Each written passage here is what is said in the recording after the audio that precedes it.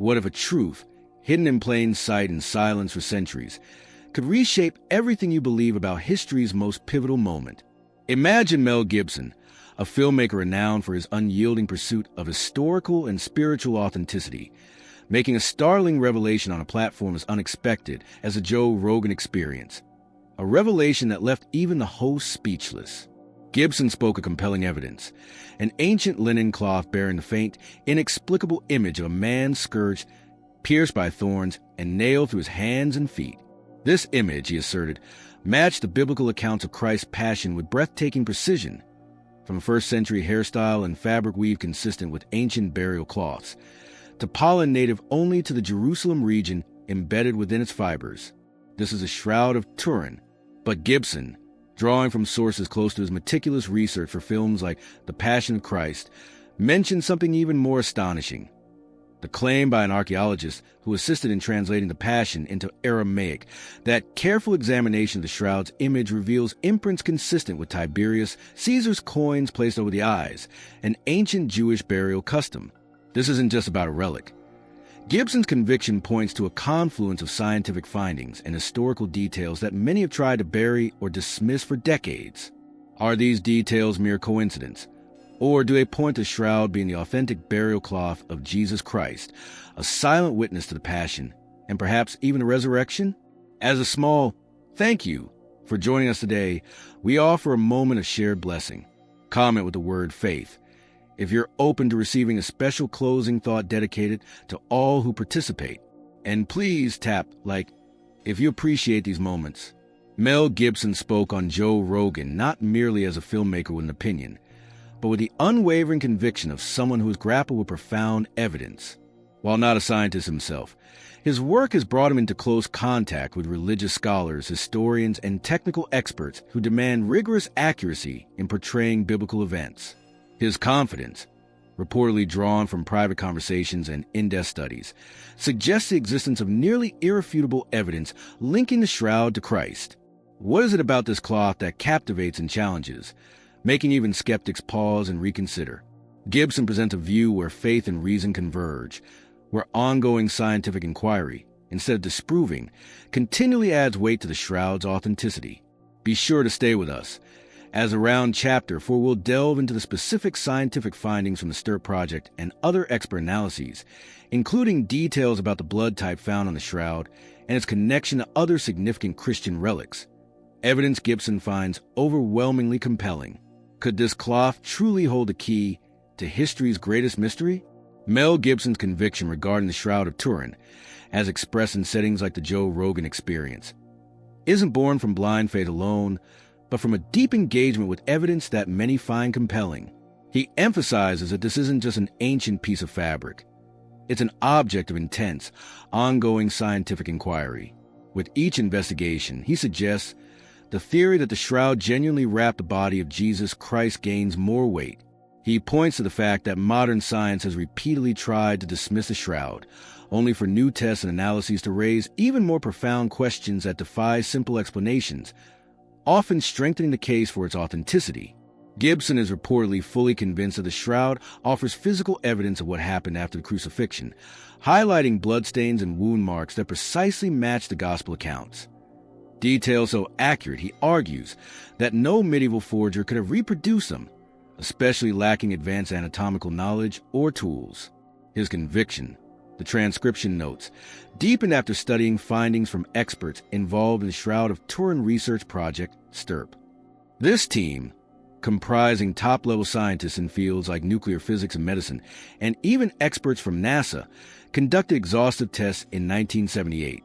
Their startling conclusions, as Gibson would emphasize, indicated that the shroud likely dates back to the time of Christ and possesses characteristics remarkably consistent with the biblical narrative of the Passion.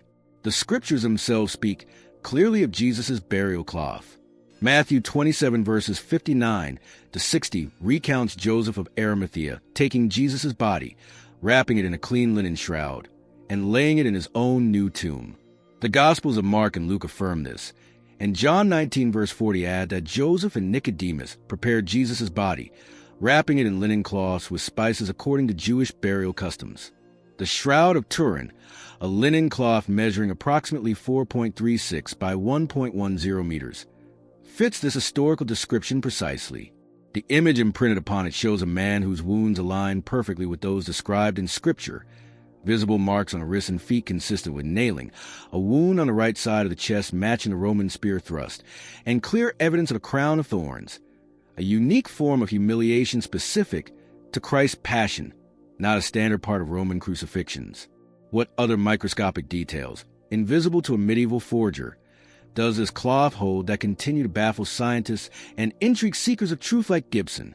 As Mel Gibson might emphasize in his exploration of the Shroud, the evidence extends far beyond the visible wounds into microscopic and historical details that defy easy explanation for a medieval forgery.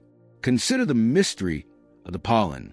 Scientists examining the fabric have discovered pollen grains embedded within its fibers, pollen from plants that are now extinct or grow exclusively in the region of ancient Palestine, particularly around Jerusalem. Remarkably, much of this pollen has been dated to around 2,000 years ago.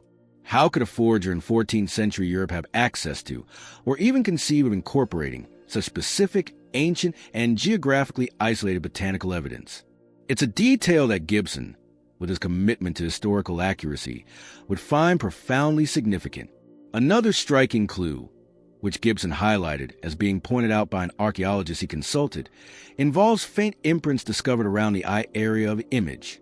These imprints resemble coins, consistent with the ancient Jewish custom of placing coins over the eyes of the deceased before burial. Even more compelling, some analyses suggest these markings align with coins minted under Pontius Pilate around 29 to 30 AD, placing the burial squarely within the time frame of Christ's crucifixion.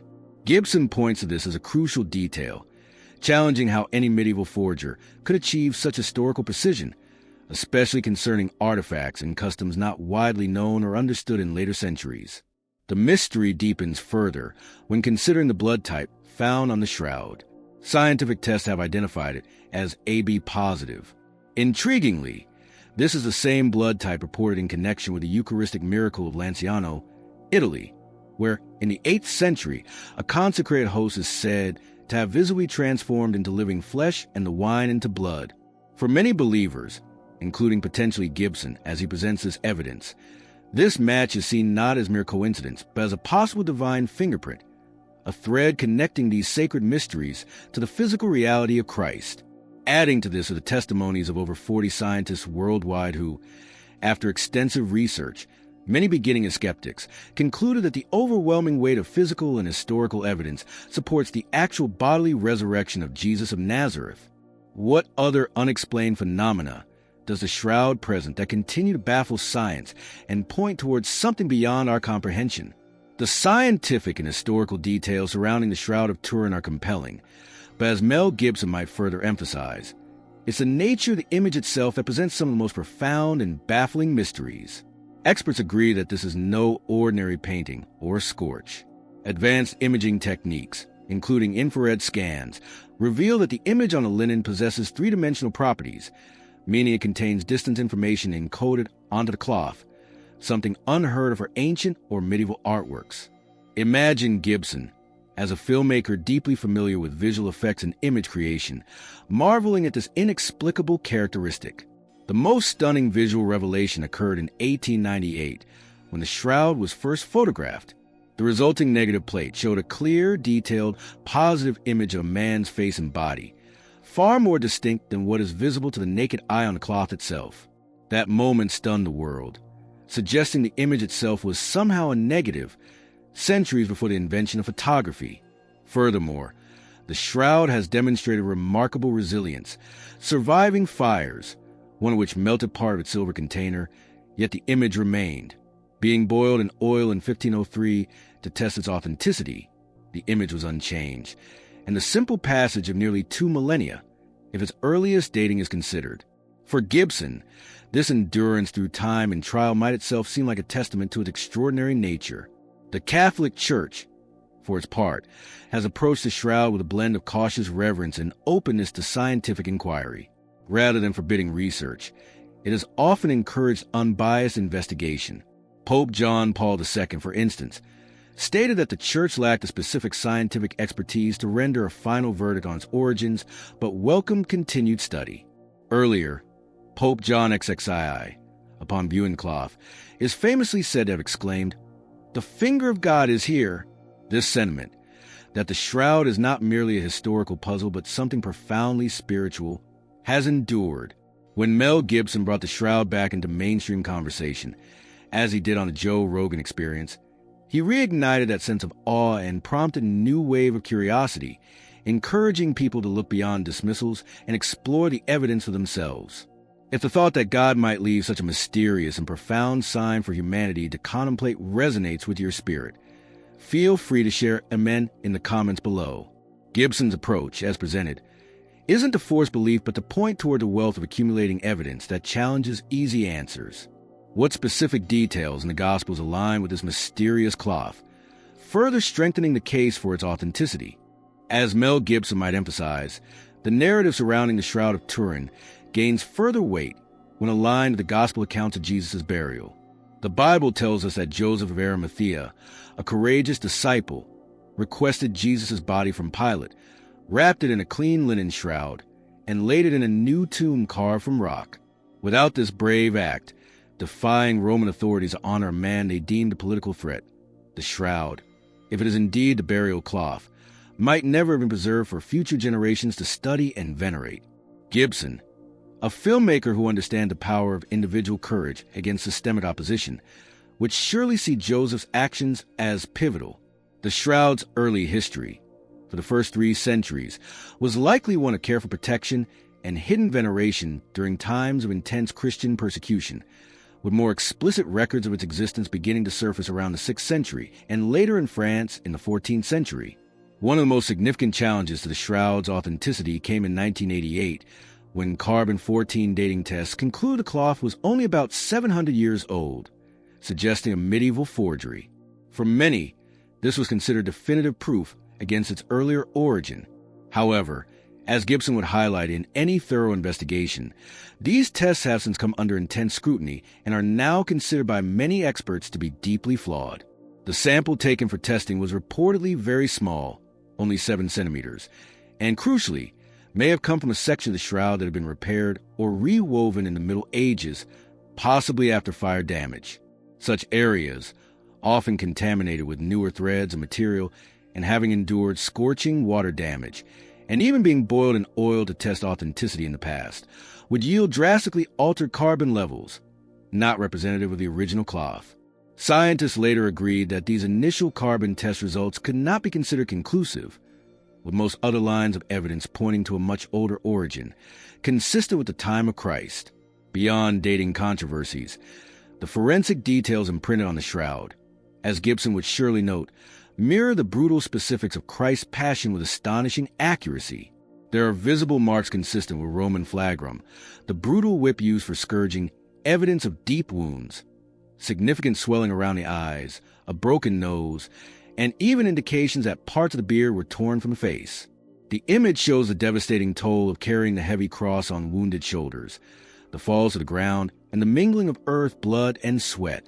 Medical observations of the image reveal that the nails pierced the wrist in the space of destot between the carpal bones, a placement that would secure a body to a cross and cause excruciating pain as it impacted the median nerve, a detail unknown to most medieval artists but forensically accurate. Furthermore, the evidence on the feet suggests a single nail was driven through both, left over right, into the wood. When all these specific, medically consistent details are considered, details a medieval forger would be highly unlikely to know or replicate. The argument for authenticity grows stronger. How does this collection of evidence challenge the simple explanations and point towards something truly unique in human history? As Mel Gibson might lay out the case, the collection of evidence surrounding the Shroud of Turin, physical, historical, and spiritual, becomes truly staggering when considered in its entirety. He would emphasize that these are not merely legends passed down through time, but observable details and scientific findings that demand serious consideration. The shroud has a unique power. It inspires profound faith in some, while deeply offending the presuppositions of others. Yet, its uniqueness as an artifact is undeniable. There is simply no other burial cloth known to history that aligns with such a convergence of specific geographic, cultural, and temporal markers, nor one that bears such forensically consistent and symbolically weighty imagery. Gibson's purpose in discussing the shroud, as one might infer from his Joe Rogan Appearance, isn't to needlessly create controversy or promote conspiracy. Rather, it seems to be a desire to share discoveries that challenge easy dismissals and invite deeper inquiry. Skeptics have long tried to attribute the image to medieval artistry. Yet, as Gibson would point out, none have adequately explained how such an image could have been formed. How could a medieval forger create a perfect photographic negative with measurable three-dimensional information encoded onto the very surface fibers of cloth, centuries before photography or 3D imaging was conceived? And how could they do so using real human blood, applied in a way that indicates it was on the cloth before the mysterious body image was formed? These are not trivial objections. They are fundamental scientific challenges that purely naturalistic forgery theories have failed to overcome. For Gibson, and for many who have studied the Shroud, this is where faith and science can remarkably converge. The Shroud doesn't demand that science be abandoned. Rather, it invites the most rigorous scientific investigation. And often, the more deeply scientists delve, the more perplexing the purely natural explanations become. The transcription notes the profound transformation of some researchers who began their study as skeptics, but were ultimately convinced by the sheer weight of evidence that something extraordinary, something beyond their initial understanding, was at play. Their journey from doubt to a form of belief, driven by data, underscores the Shroud's compelling nature. If this exploration of how faith and scientific inquiry can intersect to reveal profound mysteries speaks to you, supporting us with a like, and subscribing to the channel enables us to continue sharing these thought-provoking narratives.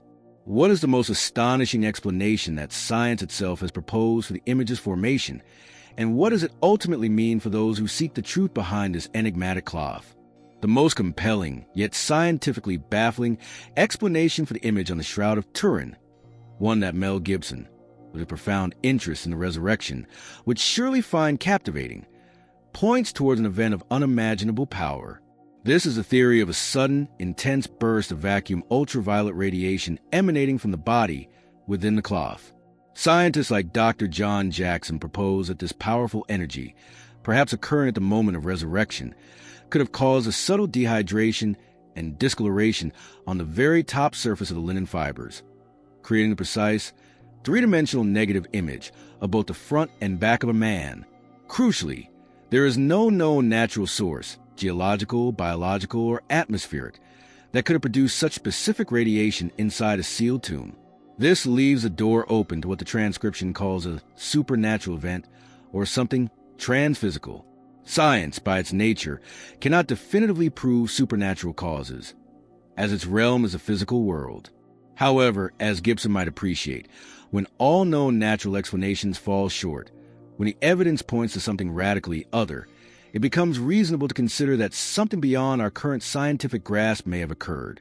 This aligns remarkably with the New Testament's description of Christ's resurrected body, not merely resuscitated, but transformed, glorified, clothed in spirit and power, capable of appearing and vanishing, no longer bound by ordinary physical laws. Could the Shroud's image be the faint, physical imprint of that divine moment of transformation from mortality to glorious immortality? When this powerful hypothesis is combined with the other evidence, the absence of paint or pigments, the real human bloodstains that preceded the image, the ancient Palestinian pollen, the first-century coins, and the 5 enduring mysteries that defy forgery explanations, the case of Shroud's authenticity as a burial cloth of Jesus becomes incredibly strong. For Mel Gibson, someone who has dedicated so much to portraying the Passion with unflinching realism, the Shroud might represent the most tangible link to that event, affirming that faith and rigorous inquiry need not be in conflict. It affirms the testimony of those who, for 2 millennia, have placed the crucifixion and resurrection at the very heart of Christian belief. The Shroud doesn't compel belief, but it powerfully invites it, asking each person who encounters its mystery to consider the one to whom it points. As we reflect on this profound enigma and the hope of the resurrection it may silently proclaim, we invite you to affirm your faith. Comment Jesus is the King below, and your journey doesn't have to end here. Click the video now appearing on your screen for another powerful message we prepared for you.